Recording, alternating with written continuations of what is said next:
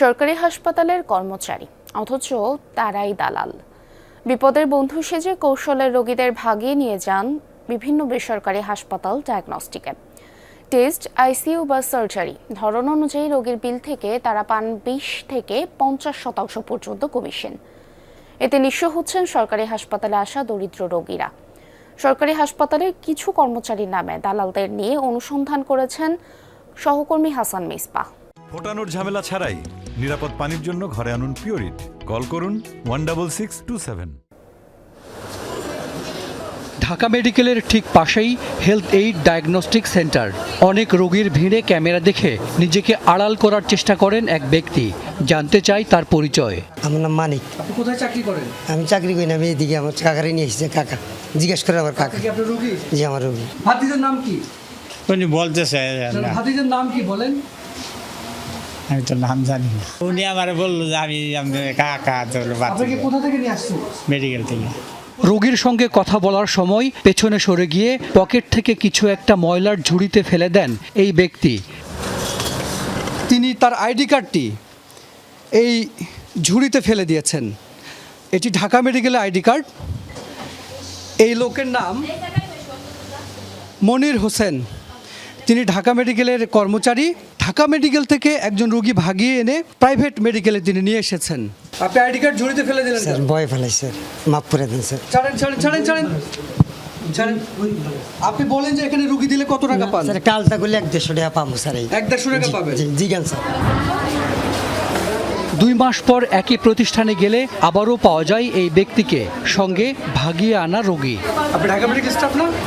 Sir আমি নিজের একটা ইকো করতে এসেছি। 220-এ ওইখানে দেখা হয়েছে। মানে ঢাকা মেডিকেলে? হ্যাঁ জি। ওখান থেকে উনি আপনাকে এখানে এনেছে? জি জি। এরই মধ্যে এই ডায়াগনস্টিক সেন্টার থেকে পালিয়ে যায় ঢাকা মেডিকেলের এই কর্মচারী।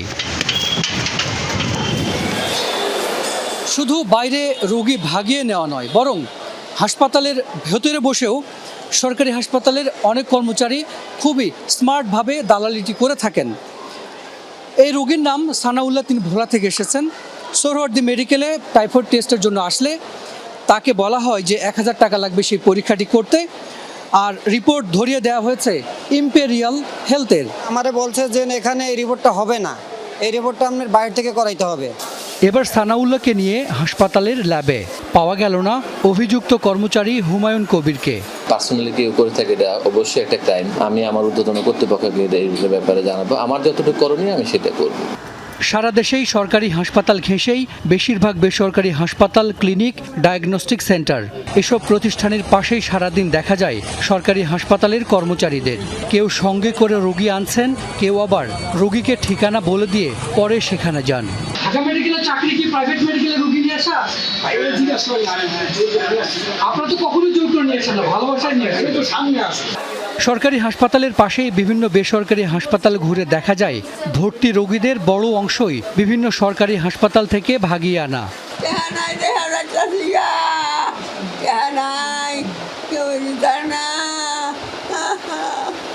এ যেমন 80 বছরের সালেহা বেগম।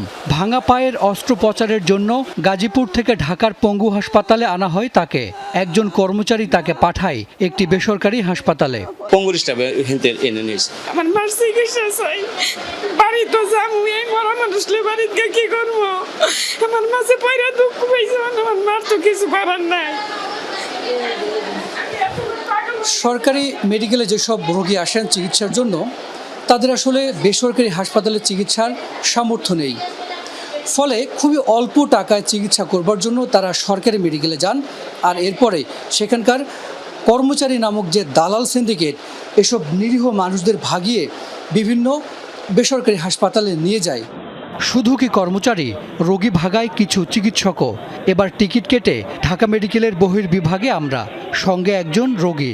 সার্জারি বিভাগের 3 নম্বর কক্ষে তখন ডাক্তার কাইফিয়া আজিজ। রোগী দেখে বললেন সার্জারি লাগবে। এক পর্যায়ে আমাদের হাতে বেসরকারি হাসপাতালের ভিজিটিং কার্ড ধরিয়ে দিলেন ডাক্তারের সহকারী সাইফুল। তখন বেলা 12টা। ঢাকা মেডিকেলে আল্ট্রাসনোগ্রাফি হলেও পাঠানো হলো চানখারপুলের অ্যাক্টিভ ডায়াগনস্টিকে। সঙ্গে দেওয়া হলো একজন কর্মচারী। 1 ঘন্টা লাগবে, ঠিক আছে? আরটা হচ্ছে আপনি গিয়ে 1600 টাকা লাগবে, 1 ঘন্টায় রিপোর্ট পাবেন, আমি নিয়ে যাবো আবার চলে আসবেন আপনি কাঙ্কাসুল মোড়ে। এবার অ্যাক্টিভ ডায়াগনস্টিক সেন্টারে আল্ট্রাসোনোগ্রাফির পালা, নেওয়া হলো 1600 টাকা। রিপোর্ট নিয়ে ঢাকা মেডিকেলে গিয়ে পাওয়া গেল না ডাক্তার কাইফিকে। দেখা হলো তার সহকারী সাইফুলের সঙ্গে। সাইফুল ঢাকা মেডিকেল থেকে বের হয়ে আমাদেরকে নিয়ে যায় কাঁটাবনের হোম কেয়ার হাসপাতালে। কিছুক্ষণ পর এলেন ডাক্তার কাইফি। আল্ট্রাসোনোগ্রাফির রিপোর্ট দেখে জানালেন হোম কেয়ারে এই সার্জারি এখনই সম্ভব। ঢাকা মেডিকেল যদি আপনারা করতে চান, আপনাদেরকে আরো কিছু টেস্ট আছে, সেগুলো করতে হবে। ওখানে অপারেশনের ডেট নিতে হবে, আবার ওই টেস্টগুলো করতে 1.5-2,000 টাকা চলে যাবে। আবার অপারেশনের সময় 1.5-2,000 টাকা খরচ হবে। আপনি বলেন এখানে আমার এখনই করে দেন, এটা আমি করে দিতে পারি, সব মিলে 8,000 টাকা খরচ হবে। আজকেই হবে? এই আমি এখনই করে দিই। শুধু আমাদেরকেই নয়, চেম্বার থেকে বের হওয়া অনেক রোগীকে দেয়া হচ্ছে হোম কেয়ার হাসপাতালের ভিজিটিং কার্ড। এই কার্ডটা ডাক্তার কোথায় দিছে আপনাকে? এই মেডিকেল থেকে দিছে। ঢাকা মেডিকেলের ভিতরেই? ওনার চেম্বারেই? ডাক্তার কি বললো? 70,000 টাকা লাগবে।